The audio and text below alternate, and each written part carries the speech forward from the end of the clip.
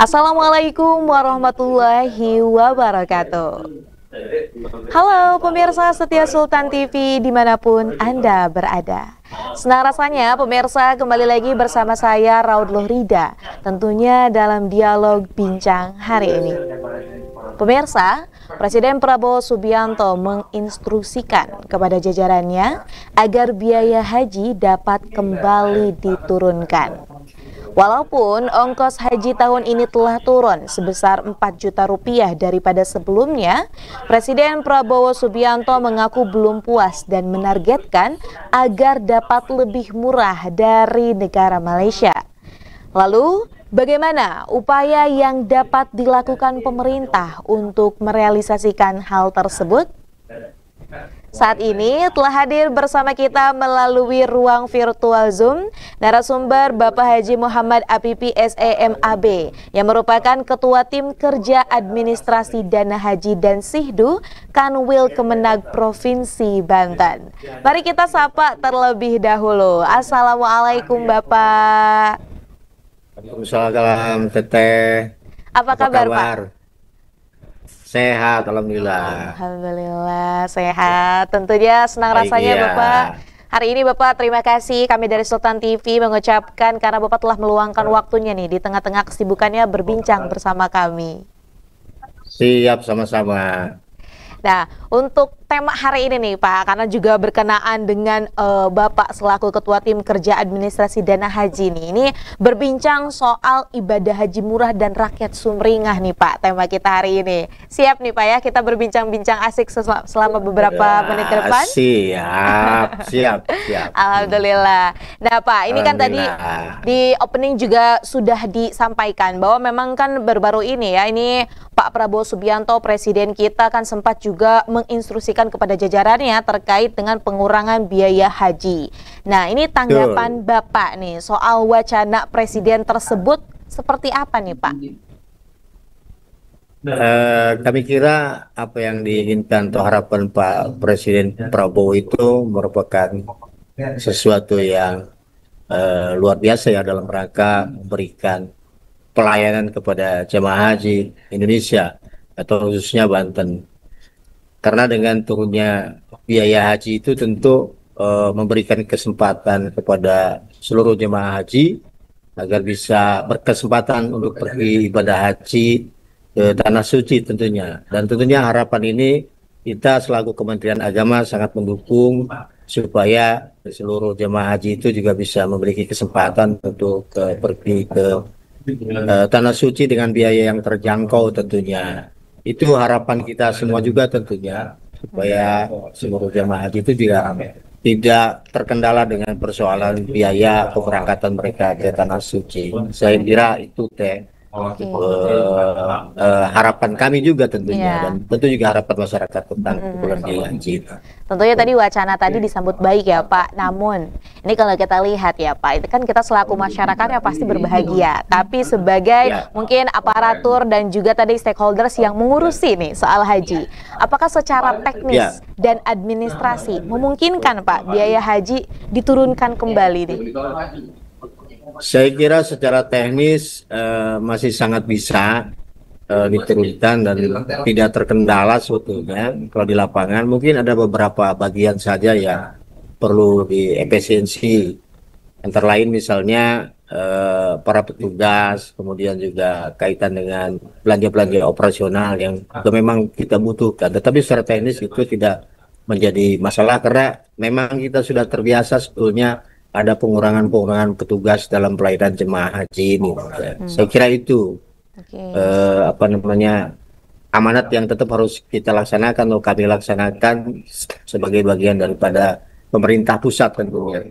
Saya kira itu Baik, nah tentunya juga tadi Bapak menyampaikan bahwa sebenarnya memungkinkan, apalagi tadi ada beberapa efisiensi yang memang dilakukan ya Pak. Nanti kalau kita lihat dari beberapa sumber berita kan Pak ya, salah satunya juga Malaysia yang memang mempunyai ongkos haji yang cukup murah. Ini kan disubsidi sekian persen, bahkan ini bisa dikoreksi kalau ternyata kurang tepat, 50% disubsidi oleh negara.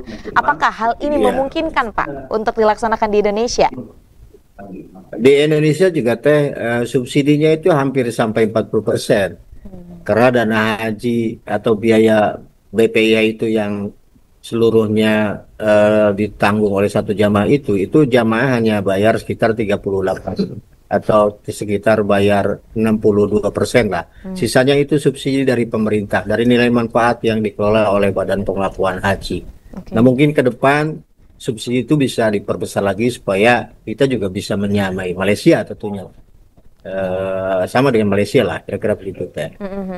Nah, baik, tentu itu harapan ya Pak ya. Tadi kita Harapannya juga begitu. negara juga bisa turut hadir, kemudian juga tadi masyarakat khususnya ini masyarakat yang beragama Islam dapat dimudahkan. Betul. Nah, ini kadang menjadi Betul, pertanyaan juga nih Pak di masyarakat. Ini kan dengan ongkos haji yang sekian puluh juta nih Pak. Sebenarnya kalau kita lihat komponen biaya apa saja sih Pak yang sebenarnya ini memang paling besar dalam struktur biaya haji? Baik, saya jelaskan dulu supaya masyarakat juga memahami tentang biaya BPIH ini atau biaya Silakan, Pak. penyelenggaraan ibadah haji ini. Sebenarnya BPIH itu rata-rata satu jamaah itu dikenakan biaya sekitar 92.800.000, kira-kira seperti itu. Sementara dana yang dibayarkan oleh jamaah itu atau yang kita sebut BPIH, biaya perjalanan ibadah haji, itu jamaah menanggung sekitar 58 juta. Itu pun dikurangi oleh virtual account yang dananya masuk ke setiap jemaah masing-masing. Jadi mereka mungkin sekitar 56 juta lah, apa namanya, mengeluarkan biaya untuk penyelenggaraan ibadah haji ini untuk setiap orang. Sementara biaya penyelenggaraan ibadah haji per orang itu sekitar 92.800 lebih. Nah, dari 56 juta itu komponen yang paling tertinggi itu adalah biaya penerbangan. Biaya penerbangan dari Indonesia ke Arab Saudinya untuk masing-masing jamaah itu tahun ini mencapai kurang lebih sekitar 33 juta 33.100.000, 33,1 juta lah gitu. Itu biaya penerbangan komponen yang paling tertinggi di dalam biaya penyelenggaraan ibadah haji yang dilaksanakan oleh Indonesia. Oke. Saya kira itu teh. Baik, jadi memang kalau kita lihat biaya yang memang memakan besar lah ya, ibaratnya cukup besar dalam perjalanan haji ini adalah akomodasinya ya Pak, dalam hal ini penerbangannya. Penerbangannya teh. Penerbangannya. Penerbangan kemudian juga termasuk akomodasi di Madinah, juga termasuk akomodasi di Mekah juga itu merupakan komponen biaya yang paling tinggi yang ditanggung oleh biaya haji oleh jemaah haji. Oke, baik. Nah, kalau kita lihat Pak, dari biaya haji kan tadi juga sudah disampaikan yang cukup besar yang memakan biaya haji itu apa saja. Lalu apa nih Pak, kiranya kan setiap tahun pasti ada evaluasi. Ini evaluasi tahun ini dari tahun kemarin ini seperti apa nih Pak dalam pelaksanaan haji? Dari tahun kemarin dengan ke tahun ini beberapa evaluasi yang dilaksanakan itu adalah terkait penerbangan. Ini memang agak dilematis penerbangan itu ya, karena penerbangan itu kita harus bayar, jemaah haji itu harus bayar 4 kali bolak-balik deh, karena datang dari tanah air ke Saudi, kemudian Saudi balik lagi tapi dengan keadaan pesawat kosong kan begitu. Oleh karena itu kita harus bayar 4 trip kan begitu. Nah, makanya beberapa kebijakan yang dilakukan oleh pemerintah supaya menekan biaya penerbangan itu, yang pertama adalah kaitan bagaimana supaya pesawat yang dari Arab Saudi kembali ke Indonesia yang kosong itu juga bisa membawa penumpang orang-orang Indonesia gitu, masyarakat Indonesia yang berwisata atau berkunjung ke Arab Saudi. Nah, itu beberapa langkah yang dilakukan oleh pemerintah Indonesia sebetulnya. Yang pertama, yang kedua juga bagaimana juga pemerintah Indonesia itu memberikan apa namanya subsidi yang lebih besar lagi, yaitu dengan meningkatkan nilai manfaat yang nanti diberikan oleh Badan Pengelola Keuangan.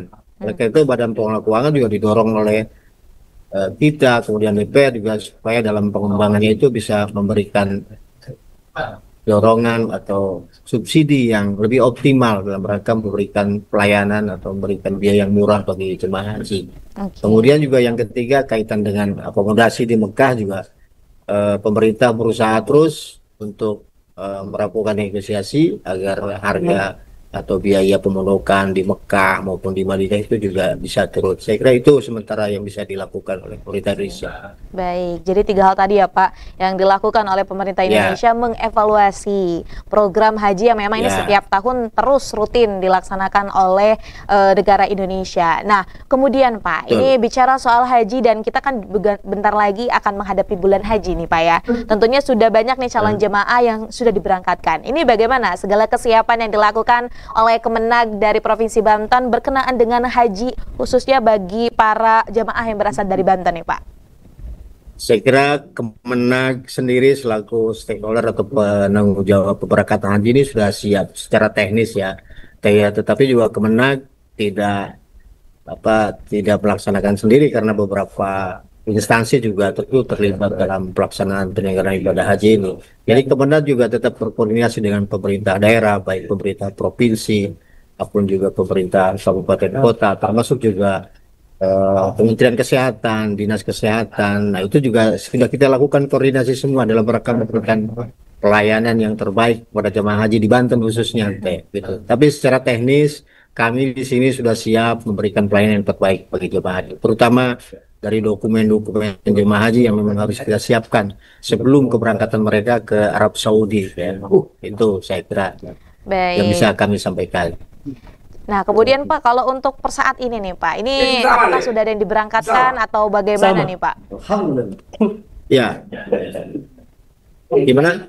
Untuk saat ini dari Banten nih Pak, dari beberapa kloternya apa sudah ada yang diberangkatkan atau sedang berada dalam asrama haji masih memberikan? Kami sudah memberangkatkan sekitar 8 kloter ke Saudi Arabia. Dan hari ini kami baru menerima kedatangan jemaah haji dari Kabupaten Tangerang.